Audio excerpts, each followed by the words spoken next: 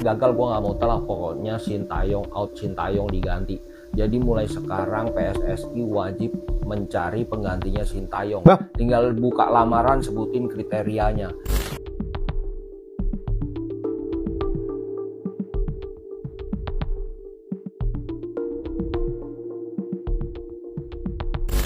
Hai semua, bagaimana kabar kalian? Nah, saya harap kalian semua sehat-sehat selalu ya.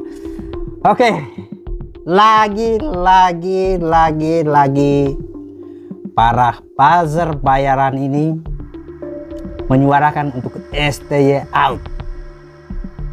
Nah, awalnya saya tidak mau meresponi karena ya diresponi tidak akan, saya yakin STY tidak akan dipecat ya setelah usai laga AFF ini. Tapi makin bikin saya geram adalah ketika mereka setelah gagal membuat tagar STY out, sekarang mereka buat tagar Erick Thohir out. Waduh, para buzzer bayaran ini memang sangat-sangat pengen sekali ya sepak bola Indonesia itu mengalami kemunduran. Untuk lebih jelasnya kita langsung nonton saja komentar pendukung Garuda Indonesia atau fans Indonesia. Buzzer STY out semakin mewabah, dibayar Rp700 sekali posting pasca tersingkirnya Timnas Indonesia di Piala AFF 2024. Viral di media sosial sebuah screenshot yang diduga merupakan semacam briefing dari pihak yang menginginkan Sintayong dipecat dari jabatannya. Berbagai syarat harus dipenuhi oleh para buzzer ini jika ingin mendapatkan bayaran. Misalnya, ketika ada yang melawan mereka, maka mereka harus melakukan reply atau membalas lagi. Dan itu tidak boleh pendek, tidak boleh kopas, dan lain-lain. Hashtagnya juga harus jelas, hashtag STY tanpa diaspora 0. Jadi mereka ingin mengangkat narasi bahwa tanpa pemain naturalisasi dan diaspora, STY tidak bisa berbuat apa-apa. Di sana juga tertulis bayaran Rp700 langsung cair. Namun uniknya ketika dicek di aplikasi cek nomor HP, ada salah seorang buzzer yang mengaku udah spam STY out tapi sampai sekarang nggak dibayar. Malah nggak dibayar. Sebenarnya ini agak kocak juga ya. Kalau Mimin pribadi sih masih mendukung coach STY sampai detik ini. Buzzer sangat cepat dalam bergerak, ya, terutama untuk memberikan provokasi, hashtag Erick Thohir, memposting out, terkait dengan hashtag hashtag STY yang tanpa menyebutkan diaspora bukan hanya 0. STY kali ini yang kena, tapi Pak Erick Thohir, ya, bukan hanya coach tapi juga ketua PSSI. Dan banyak rumor yang mengatakan bahwa ini bisa jadi kerjaan orang dalamnya PSSI sendiri yang tidak suka dengan mungkin Pak Erick Thohir. Ya, terlepas dari semua rumor tersebut, gua rasa masyarakat kita jauh lebih cerdas sekarang, supporter kita juga jauh lebih cerdas. Memang kita tidak menutup mata bahwa ada kekurangan-kekurangan yang selama ini mungkin dilakukan oleh STY maupun Pak Erick Thohir. Walaupun Pak Erick Thohir kan kita tahu ya memberikan dampak yang sangat signifikan terhadap PSSI, pasti ada kurangnya. Tapi kan bukan berarti dengan, apalagi dengan case-nya Piala AFF terus langsung dipecat langsung gini kan nggak make sense. Tidak objektif kalau kita berkata demikian. Ya, kita harus ingat target kita adalah nanti di kualifikasi Piala Dunia. Nah, itulah yang harus menjadi barometer atau parameter layak misalkan mau memperpanjang atau melanjutkan dengan STY atau tidak. Kan itu yang harus kita tanamkan bersama-sama, dan gue yakin supporter jauh lebih pintar sekarang. Jadi buzzer ini nggak bakal ngaruh apa-apa. Oke, segitu dulu. Thohir out lagi trending. Gimana guys? Kalian setuju gak? Kagak. Kalau saya pribadi jujur nggak setuju sama sekali, karena yang tulus untuk memajukan PSS itu kalau menurut saya masih Pak Erick. Kita mafia itu yang sempat bikin Indonesia di ban FIFA. Itu kemungkinan besar akan mencalonkan lagi kalau misalkan Erick Thohir sampai out. Jadi hati-hati, jangan sampai kita kasih ruang untuk mereka guys. Iya betul. Ada beberapa poin yang saya tangkap di sini ya teman-teman semua. Yang pertama, tagar STY dan Erick Thohir out. Ini sih konyol. Masa gara-gara Piala AFF yang tidak masuk dalam kalender FIFA langsung kalian meminta untuk dua sosok pemimpin di sepak bola Indonesia ini harus lengser? Enak aja kalian. Jangan terkecoh. jangan terkecoh hanya gara-gara kompetisi yang ini Indonesia justru mendapat kerugian yang lebih banyak. Yang kedua, poin yang saya tangkap, para buzzer ini dibayar 700 rupiah. Saya tidak tahu ini 700 rupiah atau 700.000, tapi kalau 700 rupiah itu sangat-sangat konyol sekali. Masa suara kalian hanya dihargai dengan 700 perak? Saya yakin dah, kenapa kalian mau berbondong-bondong menyuarakan, menggunakan sosial media kalian untuk menyuarakan STY out, Erick Thohir out, itu karena dibayar 700 rupiah. Saya tidak yakin, pasti ini 700.000. Saya yakin per konten kalian itu dibayar 700.000, makanya kalian bersedia. Tapi sayang, 1000 kali sayang, ada yang kena spam. Oke, yang ketiga yang saya tangkap di sini adalah ada dugaan ya teman-teman. Ada orang dalam atau orang bekas PSSI yang menggerakkan ini karena atas dasar tidak suka. Waduh, ini makin ketahuan nih. Saya jadi ingat ketika beberapa waktu yang lalu Pak Erick Thohir melakukan bersih-bersih di tubuhnya PSSI dan berhasil memecat puluhan karyawan di PSSI ya, staf di PSSI. Saya tidak menuduh. Jangan sampai benar dugaan bahwa ada orang dalam di PSSI atau ada orang ex PSSI yang menggerakkan itu karena atas dasar sakit hati, atau bisa saja mereka punya agenda itu tidak bisa terlaksana selama ada Pak Erick Thohir dan STY ini. Oke, kira-kira amit-amit sajalah dalam waktu dekat ini STY dipecat. Kira-kira siapa yang penggantinya dan kerugian apa saja yang akan di Indonesia dapatkan? Kita langsung dengarkan penjelasan dari orang-orang ini ya. Jika Shin Tae-yong dipecat, maka pengganti yang cocok dan disarankan menurut Bung Toel adalah Fahri Husaini. Wow. Sebenarnya gue tidak mempermasalahkan Bung Toel menjawab pertanyaan, karena ini kan ditanya ya, kalau misalkan STY dipecat penggantinya siapa, ya dia jawab fine aja, nggak ada masalah. Tapi yang anehnya adalah menyebut Fahri Husaini. Kalau nggak salah Bung Toel juga pernah merekomendasikan Park Hang-seo. Kalau Park Hang-seo gue masih lebih oke lah ya, walaupun sebenarnya ganti pelatih itu agak gimana gitu untuk negara yang masih berkembang ya. Kita ini kan bukan negara kayak Brazil, kayak Thailand yang udah, nggak usah Brazil deh, Thailand maksudnya di ASEAN yang sudah solid, yang sudah infrastrukturnya jelas, sudah ada kesinambungan dari bawah ke atas. Jadi tinggal timnas senior ini benar-benar harus perform. Kalau enggak ya gonta-ganti pelatih bisa. Tapi kan Indonesia kita lihat aja bagaimana di era Shin Tae-yong ini benar-benar dari awal, dari betul sekali, build tim dari junior ke senior, bagaimana pemain-pemain itu dibangun secara mental, fisik terutama, dan pemahaman strategi, visi, itu semua dilakukan dari awal. Jadi sebenarnya kalau ditanya apakah gonta-ganti pelatih itu adalah solusi, menurut gue tidak. No. Belum saatnya. Perkembangan sepak bola secara keseluruhan, infrastruktur, pembinaan usia dini, ya kan? Itu yang akan menunjang prestasi senior. Itu yang ujung-ujungnya akan menunjang prestasi dari timnas senior. Liga pun itu semua harus diperbaiki dulu. Betul ya, sekali. Kita bisa judge pelatih timnas senior ini bagus atau tidak, bisa bawa tim ini perform atau tidak. Kalau yang tadi gue sebut aja itu masih tanda tanya atau masih mungkin baru mulai dibenahi oleh PSSI sekarang, maka sulit untuk menilai bahwa Park Hang-seo atau apalagi Coach Fahri, bukan meremehkan Coach Fahri ya, sama sekali tidak. Tidak. Tapi apa iya ada jaminan kalau Park Hang-seo maupun Coach Fahri ini yang menggantikan STY tiba-tiba bisa perform dengan kualitas liga yang sama seperti sekarang, kualitas pemain seperti sekarang, infrastruktur seperti belum sekarang, ada yang jaminannya ya teman-teman. Apakah bisa? Gue sih nggak yakin. Gimana menurut kalian? Ya resiko kalau misalnya kita tiba-tiba ganti pelatih di tengah-tengah kompetisi. Beberapa hari ini lagi ramai banget #STY_out. Buntut dari kegagalan STY membawa timnas Indonesia ke semifinal Piala AFF 2024. Tapi tahu nggak guys, resikonya kalau STY out sekarang, ini dia, gua kasih tahu. Kalian tahu Hervé Renard, pelatih Arab Saudi sekarang? Ya. Dia ditunjuk kembali pelatih Arab Saudi menggantikan Roberto Mancini di bulan Oktober lalu. Tahu rekor pertandingannya di 4 pertandingan terakhir? Dalam 4 pertandingan terakhir bersama timnas Arab Saudi, Hervé Renard di pertandingan resmi tidak pernah menang.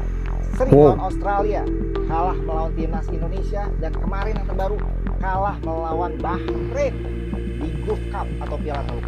Sekali-sekalinya kemenangan Arab Saudi melawan Trinidad Tobago, yaitu di pertandingan persahabatan. Tentunya bukan hasil yang diinginkan oleh Federasi Arab Saudi. Itulah yang akan kita alami jika kita mengganti pelatih. Masuk akal. Dilakukan oleh timnas Arab Saudi.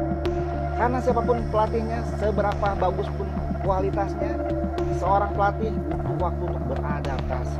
Betul. Jadi di saat yang krusial ini, di saat kita sedang mengejar satu posisi di Piala Dunia, menurut gua sangat riskan dan sangat beresiko kalau misalnya kita tiba-tiba mengganti pelatih sekarang. Betul jadi, sekali. Sekarang stay out or stay. Stay. AFF gagal, gue nggak mau telah, pokoknya Sintayong out, Sintayong diganti. Jadi mulai sekarang PSSI wajib mencari penggantinya Sintayong. Tinggal buka lamaran, sebutin kriterianya. Dicari pengganti Sintayong untuk melatih tim nasional Indonesia. Yang pertama, dia adalah pelatih nomor 1 kelas Eropa. Yang kedua, pelatih itu pernah membawa satu negara juara dunia. Yang ketiga, pelatih itu selama berkarir timnya nggak pernah kalah. Yang keempat, pelatih itu nggak mempan ditembak. Pelatih itu bisa terbang. Pelatih itu bisa nyetir olang-alik untuk ke luar angkasa. Pelatih itu bisa jalan di atas air. Pelatih itu bisa menghidupkan orang mati. Pelatih itu sekalian Tuhan dipanggil. Mujizat. Apapun itu, bisa makan kerupuk 1000 sekali lahap, makan sate panas-panas nggak apa-apa, kayak Susana. Jadi tolong yang pelatih internasional, pelatih kelas Eropa yang kira-kira punya kriteria yang sama boleh melamar ke PSSI untuk menggantikan Sintayong. Begitu kan maunya pelatih yang maha sempurna. Ini cocok nih, tamparan yang sangat bagus sekali untuk orang-orang yang sedikit-sedikit stay out, sedikit-sedikit ini ganti pelatih. Saya mau bilang ya, di masanya Bambang Pamungkas itu ada belasan kali diganti pelatihnya. Tapi menurut pemain senior, mantan pemain timnas Indonesia Bambang Pamungkas, itu tidak efektif. Yang ada tidak jelas ke arahnya. Mau dibawa timnas ini kemana itu tidak jelas. Karena fondasinya belum benar-benar kokoh, belum benar-benar kuat. Aduh, ini tiba-tiba udah menyuarakan untuk ganti pelatih lagi. Waduh, mau sampai kapan kalau mental kita itu sampai seperti ini? Oke lah, kita bilang mungkin dari kubunya yang pengen ganti pelatih ini mengharapkan suatu kemenangan. Ingat, Leverkusen saja butuh 120 tahun baru bisa juara gitu loh teman-teman. Nah, untuk saat ini janganlah gegabah dulu. Jangan sampai kita menyesal setelah pecat pelatih, pecat ketua PSSI, mereka sudah tidak berkecimpungan, kemudian sepak bola kita mengalami kemunduran, mulai kita saling sikut menyikut satu sama lain. Itu sangat-sangat tidak masuk di akal kita, nalar kita. Gunakanlah media sosial kalian itu untuk hal-hal yang berdampak lah teman-teman. Oke, setelah kita tahu bahwa isu ini, saya pengen mengajak kalian untuk melihat kira-kira ketika sepak bola Indonesia lagi down atau timnas kita kalah, reaksi Pak Erick Thohir itu seperti apa? Dan apa saja yang Pak Erick Thohir lakukan ketika timnas Indonesia dicurangi? Kita langsung lihat. Ya, Pak Erick Thohir kan ini menteri kan, pemerintah. dia dekat dengan kekuasaan, dan juga presiden kita concern untuk membangun sepak bola. Dan presiden sebelumnya juga kan itu ada impres ya, instruksi presiden untuk percepatan sepak bola nasional. Itu manfaat. Betul sekali, saya setuju. Karena nggak bisa PSSI jalan sendiri, nggak punya cukup dana PSSI untuk membangun pembinaan sepak bola Indonesia dari dengar itu. Cukup dana. Dananya itu gede, butuh pemerintah, butuh pihak swasta. Betul sekali. Butuh campaign juga. Artinya ini yang kita harus kolaborasi semua stakeholder sepak bola Indonesia untuk bersatu, punya visi yang sama, punya pemahaman yang sama tentang pembinaan di usia muda. Nah, ini nih. Gokil, Pak Erik langsung terbang ke stadion ke Qatar, kemudian di sana ngobrol-ngobrol, ngopi-ngopi cantik, dan hasilnya luar biasa untuk timnas kita. Laga Indonesia versus Bahrain di penyisian round 3 Piala Dunia sudah di-ACC oleh FIFA dan AFC. Tetap berlaga di Indonesia, yaitu di GBK. Mantap. Kemarin perundingan ini dilaksanakan waktu Pak Erik diundang untuk nonton final Piala Kontinental antara Real Madrid dan Pak Kuca. Gokil, Pak Erik langsung terbang ke stadion ke Qatar, kemudian di sana ngobrol-ngobrol, ngopi-ngopi cantik, dan hasilnya luar biasa untuk timnas kita. Nah, sekarang begini, Pak Erik dan jajarannya sudah membuktikan kerjanya berhasil, membuat pertandingan timnas kita dan Bahrain itu dimainkan di Indonesia, yaitu di GBK. Nah, sekarang tinggal timnas kita membuktikan Bahrain datang ke sini harus bisa kita kalahkan. PSSI dapat omset puluhan miliar, dan kemudian kita dapat poin maksimal untuk menjaga asa supaya lolos ke Piala Dunia. Gimana? Kita bantai. Optimis Bahrain datang, kita bantai, PSSI dapat omset puluhan miliar, dan kita lolos Pildun. Gimana menurut teman-teman? Erick Thohir yang nampak memang terpukul dengan kekalahan ini. Beliau juga mengharapkan ada hasil positif, paling tidak kita bisa menahan imbang untuk. Karena di ruang ganti itu seperti teman-teman juga sudah banyak yang tahu, Pak Ketua itu agak berapi-api ya.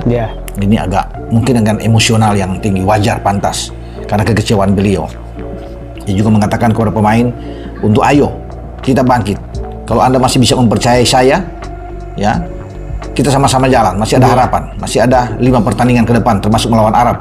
Karena setelah dengan Arab kan ada 4 di 2025 di Maret dan Juni. Bahrain, Australia, Cina dan Jepang. Makanya Pak Ketua memberikan semangat. Tapi kalau Anda sudah tidak percaya dengan proyek yang kita bangun ini untuk ke Piala Dunia, ya saya akan mengundurkan diri. Itu ancaman yang luar biasa Pak Ketua. Jadi, dengan berapi-api ya. Buat orang-orang yang selalu bilang Erick Thohir out, STY out, cobalah untuk melihat lebih dalam, mengakui kelebihan orang lain, mengakui keunggulan orang lain. Jangan hanya bacotnya lebih diperbesarkan, oke? Jangan bacotnya yang diperbesarkan, tapi kalian tidak mau mengakui kehebatan orang lain. Lihat kinerja Pak Erick Thohir yang sangat luar biasa. Buka mata kalian dan lihat baik-baik. Masa kalian pengen mau mundur lagi? Kan tidak. Oke, langsung saja kita lihat tanggapan dari Pak Erick Thohir tentang semuanya ini. Tarik coba masih tarik. Saya nggak bisa bicara per game. Kan tadi saya harus evaluasi, ya. Evaluasi semua, nggak mau salah-salahan karena kesuksesan itu kan selalu saya bilang karena programnya bagus, pelatihnya bagus, pemainnya bagus. Berarti coachin ada evaluasi Pak? Coachin ada evaluasi berarti nanti? Pasti dievaluasi, orang coach Nova dievaluasi, coach Citra dievaluasi. Di kontraknya ada kok, semua pelatih wajib dievaluasi.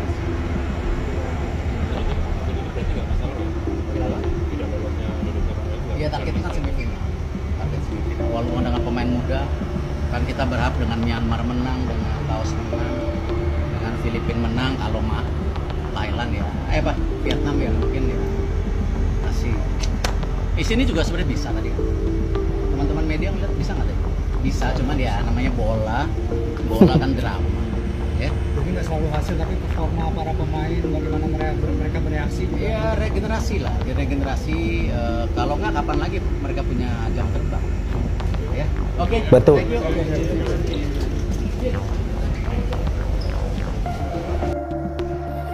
Saya sangat sependapat dengan Pak Erick Thohir ya. Mengevaluasi pelatih, bukan langsung mengambil keputusan langsung Pak, kamu salah sebagai pelatih, kamu salah sebagai pemain, tapi evaluasi. Apa yang kurang kita benahi, apa yang salah kita benahi, apa yang sudah bagus ditingkatkan. Tapi untuk pecat belum. Jadi mimpi kalian untuk stay out jangan harap. Jangan harap. Dan juga untuk Pak Erick Thohir out jangan harap. Masih ada orang baik yang siap melindungi beliau berdua. Peace.